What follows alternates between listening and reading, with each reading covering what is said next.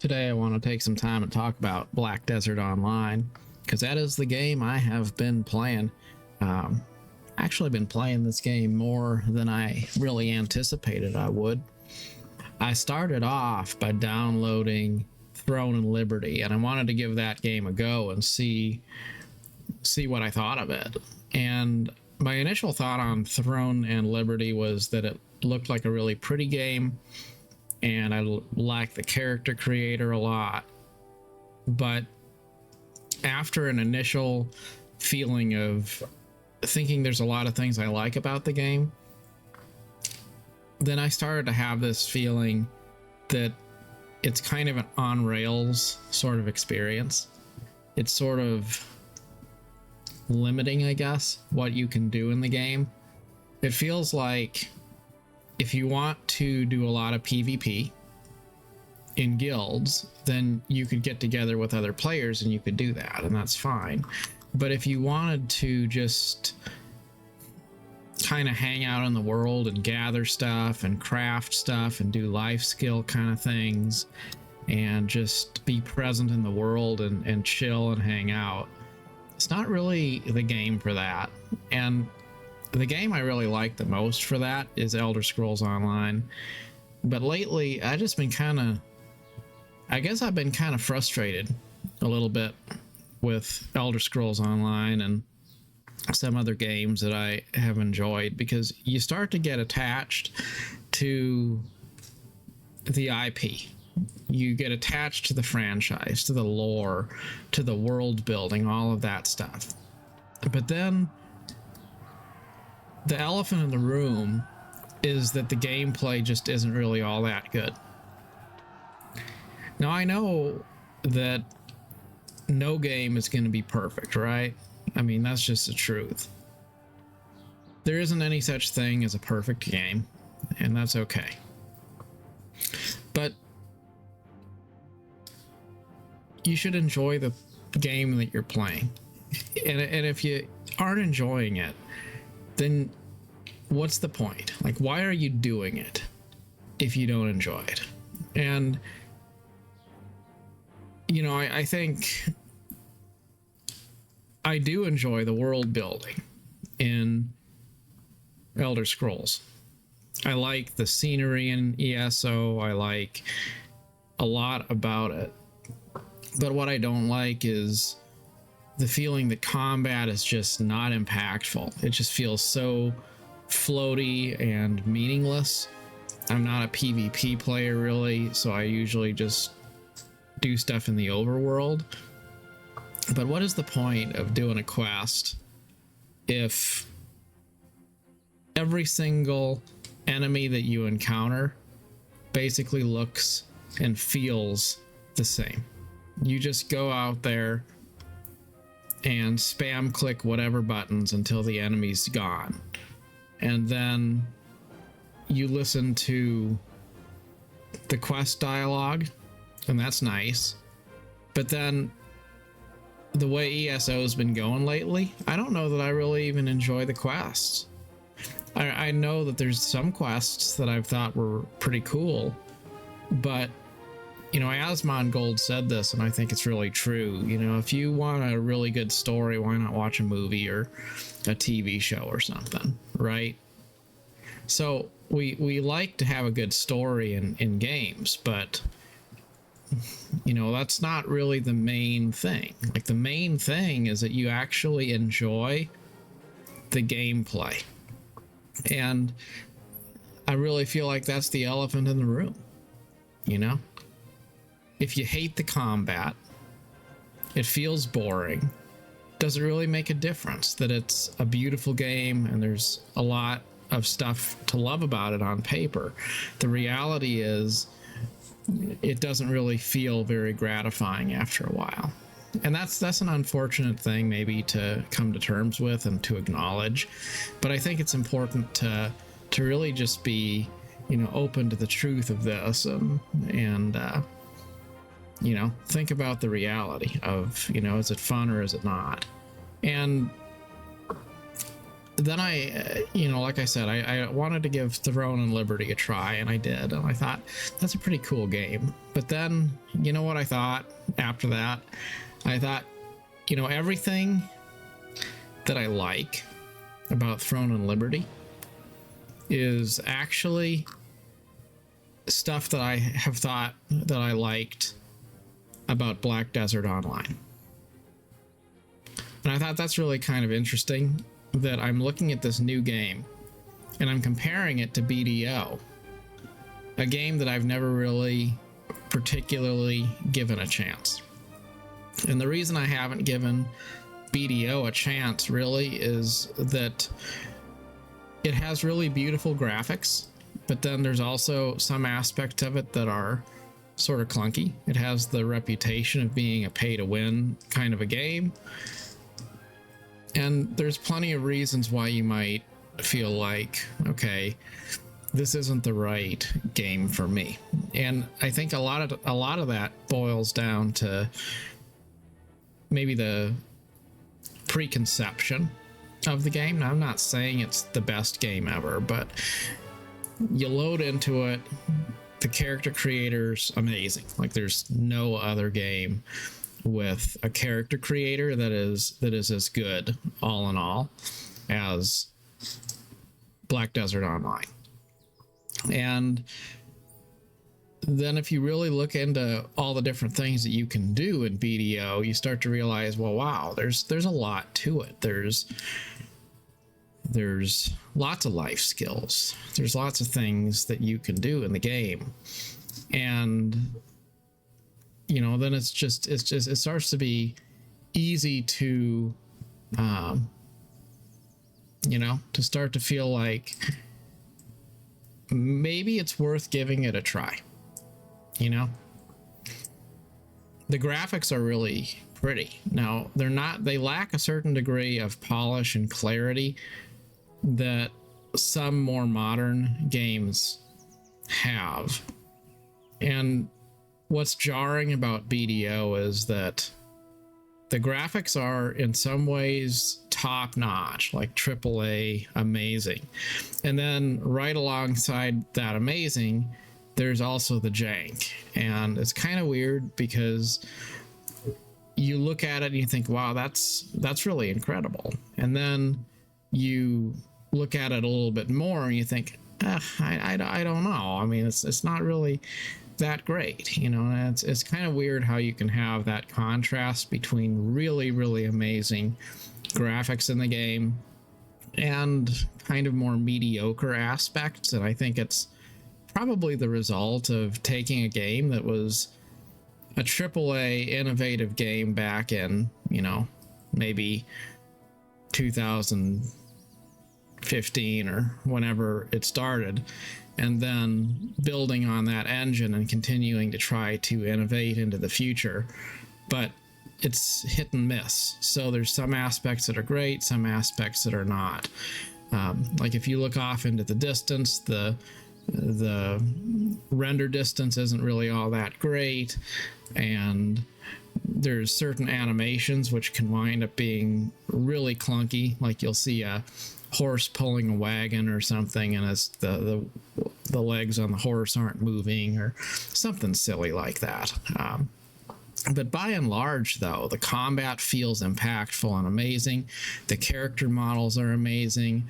It's got the cute stuff like little pets and things you can collect. It's got house creation and building. You can hire workers. You can have your own little supply chain management sort of situation going on. You can buy and sell on the trading post to try to earn money if you're a trader or a flipper in the game. And yeah, there's some time gated stuff. There's pay to win sort of stuff to a point. But then the other thing I would point out is, when we talk about pay to win, it's like life. So maybe let's just say that life is pay to win. It's true, it is. Let's say that you want to be at the top of the game. You want to have the most money. You want to have the best looks, you want to have the best cosmetics in real life. Well, then, yeah, I mean, life is pay to win. And no matter how much money you get, you're never going to be able to get to the top of the roster to be the richest, most successful person in the world. Not really. I mean, probably not. And yet, at the same time, we could say that life is good, right? Like, we could say that life is worth living, that life is fun, that life is really rewarding for the journey that we're on. But that doesn't mean that life is not, by that term, pay to win. It is. So I think it's the same thing with a game. You know, like we look at these things and we say, well, is BDO pay to win? Well, I don't know. Like, probably. But who's going to really get to the point where you're actually going to win? Like, I see posts of people who say things like one that stands out. Somebody said, I hate to say that the game got stale for me and I quit and I haven't played for a while. And this person said, I met my spouse in the game, had these amazing experiences in the game. And, I spent like 15,000 or 20,000 hours in the game, and my spouse spent 40 or 50,000 hours in the game. Now, caveat here, I know a lot of time in a game like BDO winds up potentially being AFK, right? Like, you make your character and you put them off by the riverbank to fish while you go to sleep, and then the game runs for 8 hours or something. So by that standard, it's important to make that distinction that somebody could have many, many hours in the game, and that does not necessarily mean that all of those hours were spent sitting there staring at the screen. But nevertheless, you don't rack up that kind of hours in the game without spending a lot of your life playing it. And what in the world, if you think that you're going to spend a big part of your life in this game and then you're not going to burn out? I mean, yeah, it's going to get stale after a while, right? That's not a surprise. I mean, it's not really something you should hold against the game, that you spent thousands of hours in it and then eventually got bored. I mean, yeah, I would imagine so. You would. That's not a surprise, though, right? So, what the point I'm getting at is, you can have fun, and a game doesn't have to be perfect. But then you should have fun, though. And if you're not really having fun, then I think you do owe it to yourself to say, yeah, I might love the IP, I might really enjoy some aspect of the game, I might have had a good experience before, but if I'm not having a good experience now, then I think you got to draw a line in the sand, So anyways, for me, I started playing BDO, and I just wanted to kind of do some of the initial quests in the game, give it a chance. And I started to enjoy the quests. I was surprised to see that the quests were voice acted and rather extensive enough that I spent a lot of hours in the game over the last couple days, questing nonstop. And it was a pretty good experience. And I thought that was kind of surprising that I actually enjoyed the questing in the game. And then I thought, well, there's a lot that I like about it. I like that it's got this big, seamless open world. I like the art style of the game. I like the character creator. So far, I kind of like the story. I like the quests that I've done. And then I compare that to some of the other stuff, like all of the DEI infused games that we have in the West that get boring and old because the characters are ugly, and you start to feel like the companies are adding weird characters to the game just because they're trying to push some kind of a political agenda or something. You know, like it's gotten to be politically contentious now to even say, well, a character is male or female. Like, you can't even do that in some of these games. So, you know, what kind of stories are these folks writing, and what kind of characters are they designing if they're not even comfortable acknowledging the existence of men and women? And you know, and I'm sure somebody's going to say, oh, that's hateful or bigoted or something, but you know what it just boils down to? I like to see characters I think are attractive in a conventional way in a game that I play, right? And you know, I just, I get tired of all that stuff, especially when it's a game like ESO or something where potentially, you know, I'm paying $15 a month or something to play the game. Then add on top of that you start to have things like the brain dead combat where you try to go out into the world and you feel like every enemy is just super easy to kill and there's not really any mechanics to master, and it just feels like, you know, just click your mouse with your eyes closed and you defeat every enemy you encounter, and a troll feels just the same as fighting a mud crab. Well, that kind of gets old a little bit, you know. So all in all, it really just boils down to a lot of games that I've spent time playing and I've enjoyed. I've also gotten kind of tired of them because maybe I've spent a lot of time in those games, or maybe it's more likely just that there's aspects of the game's design that kind of don't really hit the right vibe for me. And so looking at BDO, I thought, yeah, I'm going to give it a try, and I was surprised by how much I enjoyed it so far.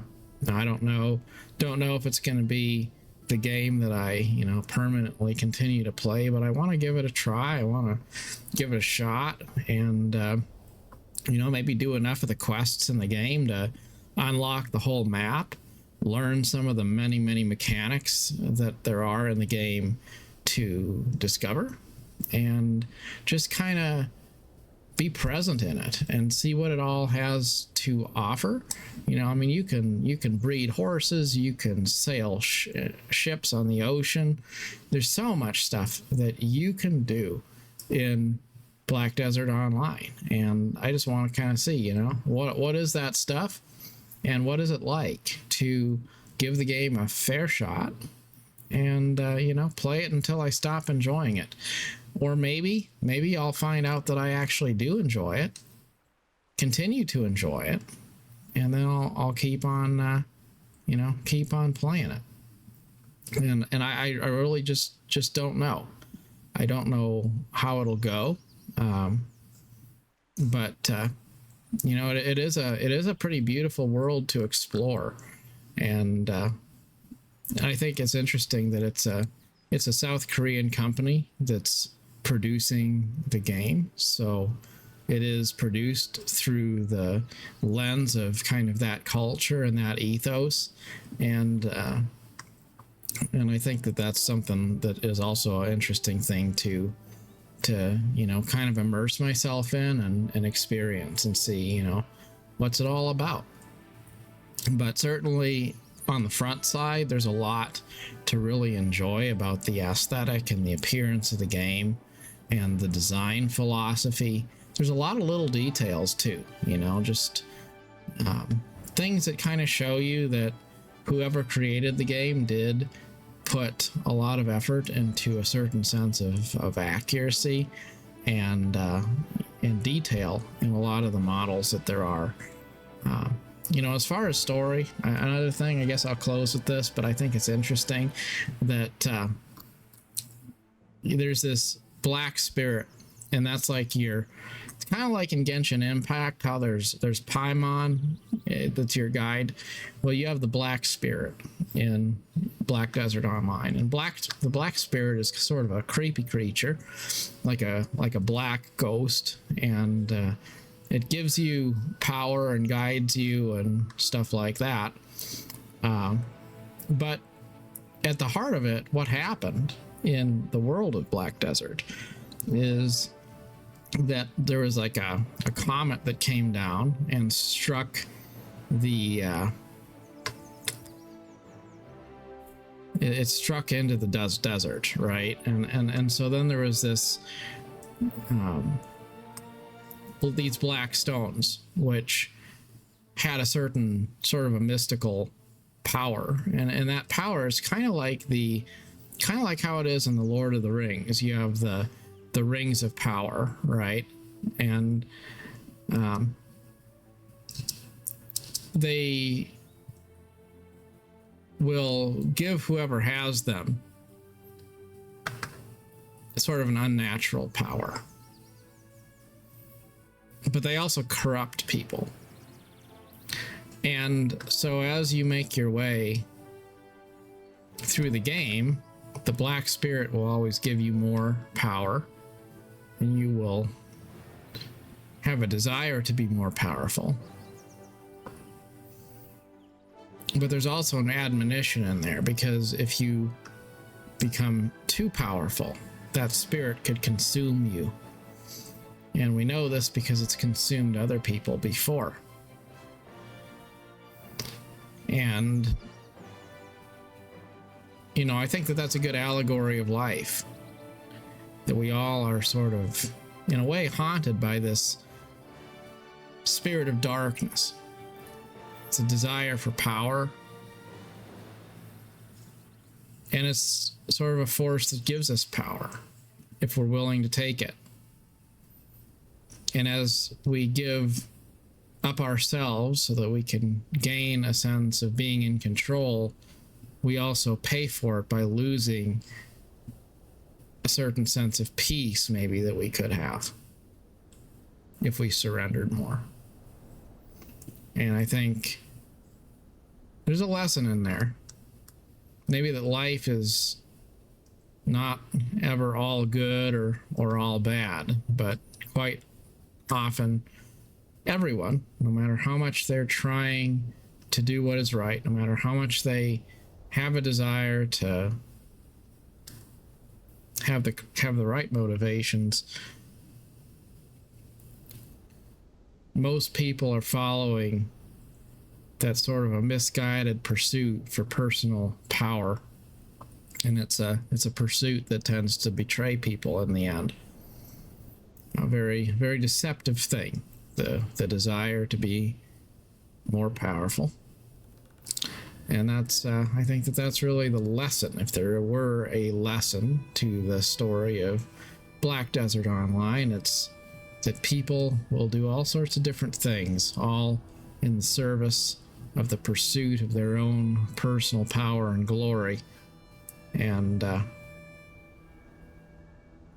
the greatest people are probably the ones who have the strength to resist the temptation to be manipulated by that sort of a lingering force of darkness. And yet, you can't avoid materialism in life. You can't avoid the way the world works. And so you also kind of have to embrace that darkness. You have to let it be your continual companion, because no matter how much we try to let go of things and be at peace with less materialistic attitude toward living, you still need a certain level of power to survive and thrive in life. So that's kind of the paradox, isn't it? That we're always trying to find new ways to empower ourselves, and yet we also have to understand as we make our way through life that the things which help us to be spiritually whole are often the opposite of the pursuit of power gain and, if you will, leveling up. And that's true in life, true in game. If you're trying to win, then you're going to be frustrated with every game you find, because ultimately it winds up being an unwinnable game. But if you're just there to immerse yourself in the experience and be present in the moment, then, you know, you may well find that you don't necessarily need to stick with all the things that you've always tried to force yourself to hang on to. You can let go a little bit and have a little bit more fun along the way. Anyway, it'll be interesting to see how Black Desert works out. Might wind up making more videos with it in the background, as I tend to like to do. Sometimes it's nice just to talk about life while watching a video game world pass by in the background. Anyways, till next time, thanks for watching. As always,